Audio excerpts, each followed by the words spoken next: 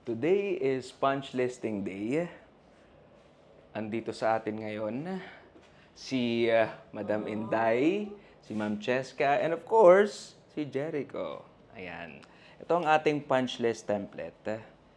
May one page tayo per area. So we are to check the conditions for each of the elements. We have floor, ceiling, wall, window, and accessory, door and accessory, switch, CO, convenience outlet, lighting fixture, air conditioning unit, and of course, others na hindi kasama dito, no? Na mapapansin natin na mangangailangan ng correction. Ayan. So, we have one page for living and dining, one page for kitchen, one page for laundry, one page for the small room that we have inside this condominium unit, one page for the hallway, one page for the, naulit yung small room, one page for the hallway toilet, one page for the master bedroom, one page for the master bedroom toilet, and last but not the least, one page for the walk-in closet.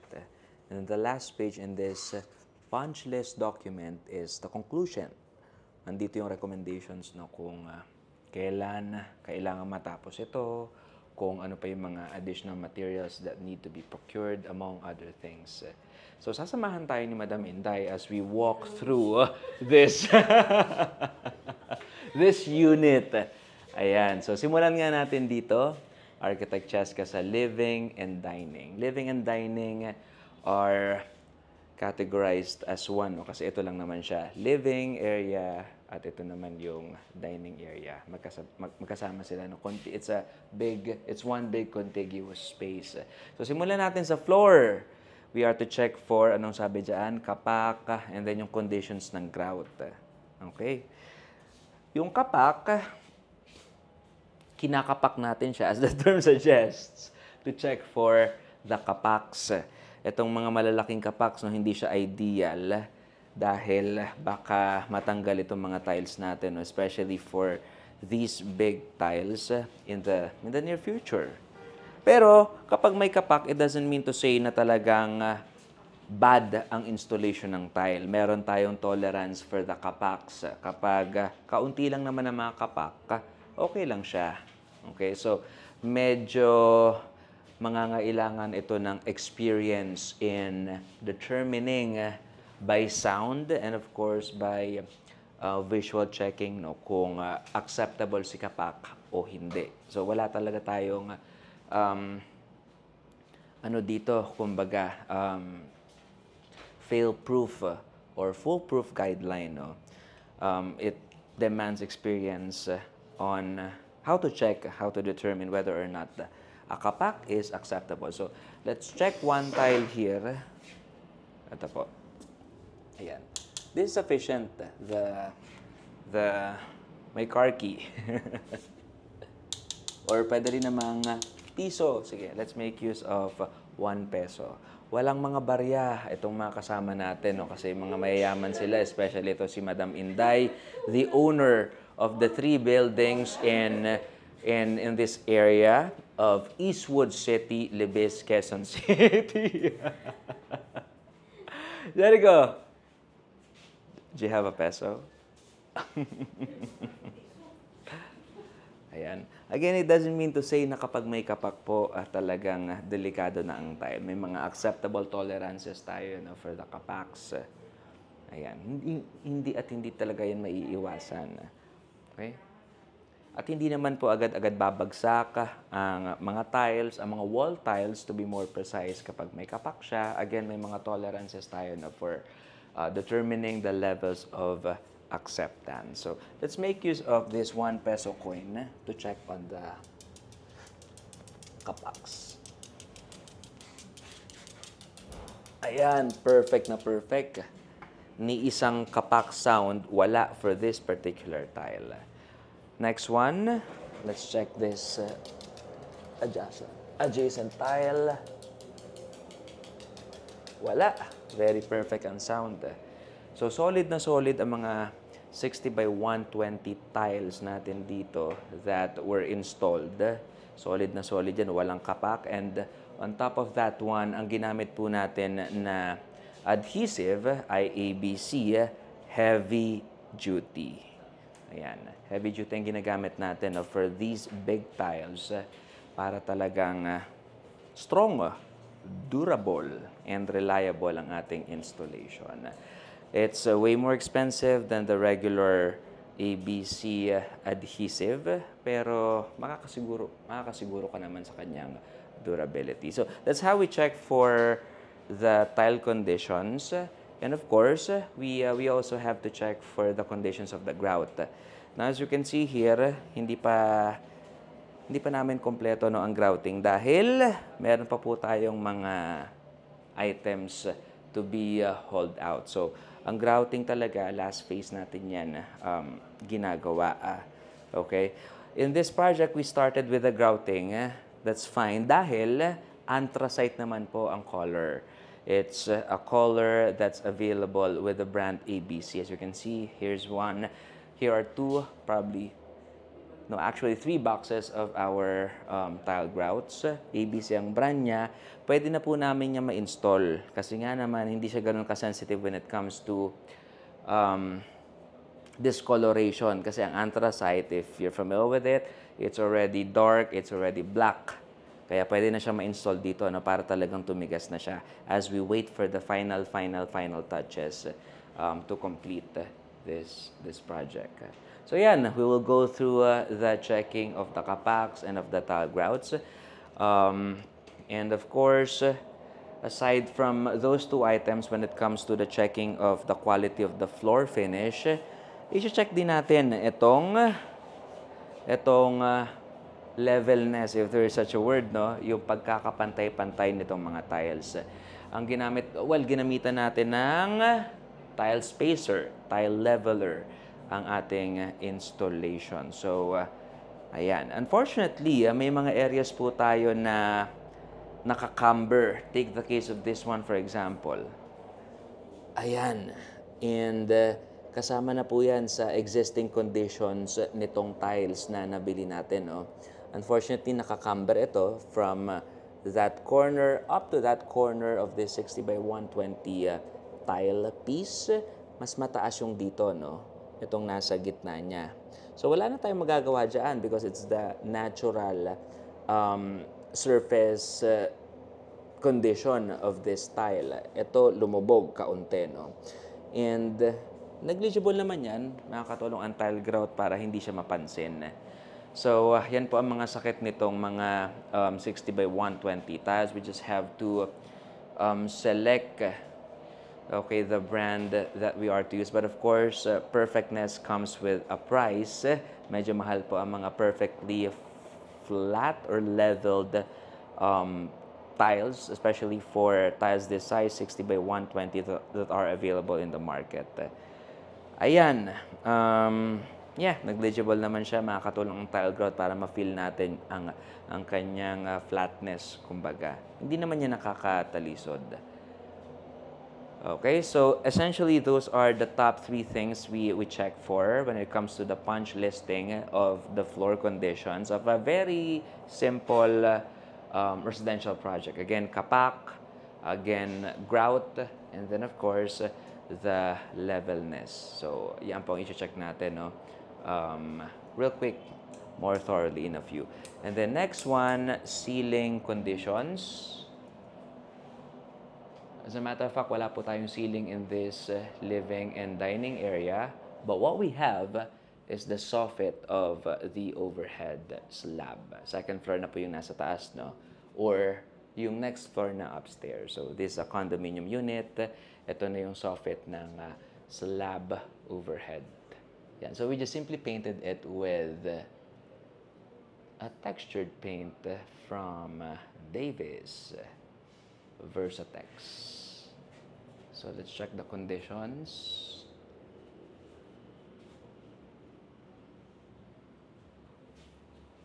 Ayan. Ito, hindi pa painted. We are to paint this plate cover and then this wire mold para pantay na pantay ang kanilang itsura, no, with the Versatex finish of the ceiling. Ayan. So, dahil nga overhead soffit na siya, we are not to look for cracks na hinahanap natin, no? Nahahanapin natin rather for gypsum or fiber cement board installations. So wala po tayong gypsum or fiber cement na ginamit dito, no? Bakit nga ba gagamit ng gypsum? Bakit nga ba gagamit ng fiber cement? Gypsum ginagamit siya for the typical ceiling installations, pero itong FICEM or fiber cement boards, ginagamit siya if the area is prone to damages from moisture and of course water leakages. And so we'll talk more about it in a separate video.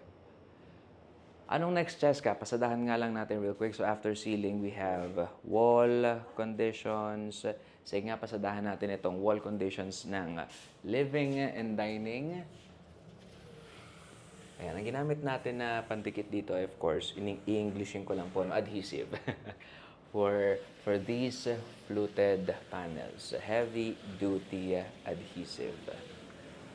Ayan, maganda naman ang termination, but of course, as you can see here, may mga areas that would be needing repainting, masilya as well, and of course, the usual basahan, pagbabasahan o paglilinis. But aside from that, the cuts were clean cut, perfect almost, and seamless, if you may call it that way. Walls, ito, we just simply repainted the walls. And itong TV wall na portion din ng living. Ayan, tapos na rin po siya.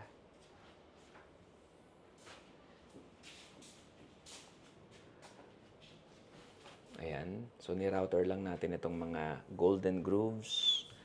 And then we installed mirror panels on the two sides of this TV area.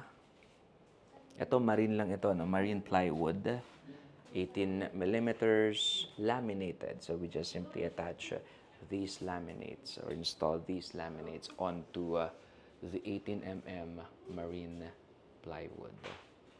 So yeah, painting, fluted panels, and then itong accent wall. Yeah, it looks perfectly fine. Of course, itong accent niche dito sa ating dining area, it still needs completion. Yan, masilya, and then of course, painting. Ito naman ang ating dining kitchen. We'll have a separate punch listing activity for the cabinets alone. But with regard to the walls, it's pretty much the same thing with the conditions, no, of that fluted paneled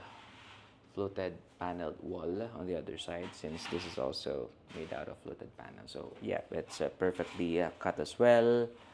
At basa-basahan na lang ang kailangan to officially complete this wall, that wall over there. Ayan, ang next one. Window and accessory. Okay. Sige. Ang mga chine-check natin dito, of course, ang conditions ng mga hinges, ang conditions ng mga tempered glass panels. Number one, we have to ensure that they're actually tempered. You can determine that one by checking if there is a logo. Okay? By default, may mga logos po ang mga tempered glass panels. Wala lang yung logo if the client requests for it, specifically speaking. So magtaka ka na if there is no logo. Kasi again, by default, all tempered glass manufacturers, okay, put logos on the glass panels. So this one, meron naman. Let's check on the accessories.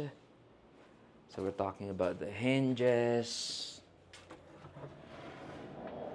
the lock mechanisms, and of course, the sealant. it still needs refinement. Ayan. Ano pa? Architect Cheska ang next one. So after the window and accessory, we have the door and accessory. Same thing, the hinges, lock sets, and other accessories na that accompany your doors. Ito, kailangan pa ng finalization. Hindi pa namin na-finalize because of the permit sheets that we attached to the door. Ayan, so same thing, check for the conditions of the hinges, the lock sets, and the painting / varnish of the door. Accessories, kung may door stopper, etc., etc. So next one, we have the switches. Ayan, alignment. We check for the alignment of the switches.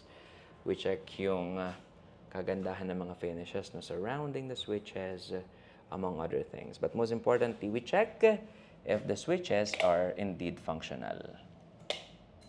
Ayan, functional naman. Ayan, functional. And then next one, yung mga convenience outlets. So we are to check on them in a few, one by one, kung gumagana, no? So each of them. But of course, aside from the simple checking kung gumagana sila or not, kailangan pa rin mag-conduct ng meager testing and continuity testing. Signed and sealed dapat ang report ng professional electrical engineer. Ayan. Next one. Lighting fixtures, ganun pa rin. We are to check for the conditions of their installation, yung quality nila. May mga kailangan bang masilyahan? May mga kailangan bang ayusin, no? Aesthetically speaking. And of course, most importantly, kung gumagana ang mga ilaw, kung tamang installation. Next one, air conditioning unit, if applicable. Ayan, na-test na po namin yan, gumagana. Ayan. And then, of course, kailangan ma-check kung completely sealed itong ating frame. So, this is a condominium unit once again. Kailangan completely sealed yan. Otherwise, ang sabi ng mga parents natin, lalabas yung aircon, which we don't want to happen. Okay. What else? AC. Next up, we have others. If you have other requirements, that's the time when we are to use that row for others. So, ganun lang naman guys. I-check natin ang mga areas one by one according to those criteria. Ito si Jericho, no? Ayan. He's gonna say hi to his friends in Pamplona, Cagayan. Right, Jericho? And so, we still have a week to finalize this one next week. For now, ganyan po ang ating punch listing. Ang ating second internal punch listing will be conducted next week before the final punch listing to be conducted, of course, with the owners. Itong ating master bedroom. On nga natin to, Jessica. Yan. So, this is the master bedroom. This is the walk-in closet.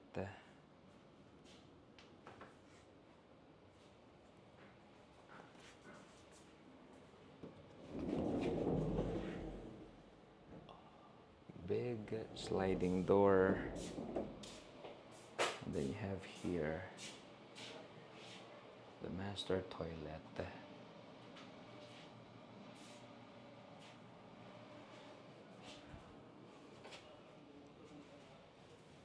And then the hallway toilet.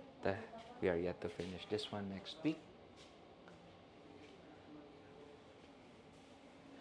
Very challenging ito, no? Kasi ang original layout ay ganito. We have the lavatory, the water closet, na iba ang orientation niya. Nandito yung tank at walang shower. Ayan. But we added a shower. We reoriented the water closet. Bawal mag-coring, no? So we kept the position of the opening for the water closet drainage. So this one's very challenging. And ganun pa rin, just the same wide wooden panel doors, barn type, which are very, very beautiful. So this is your small room with its own sliding barn type door. And this is the kitchen. A very small kitchen, but very complete. Ang ginamit natin dito ay PVC boards. So maski mabasa sila or even masubmerge sa tubig, talaga hindi sila masisira. And this is the very small laundry. Small, yet cozy. Ayan. So, let's try to talk to the owner of this building. We have Madam Inday for the... Ayan. So, yan lang po ang ating punch listing. We'll conduct the more comprehensive one right now. Thank you.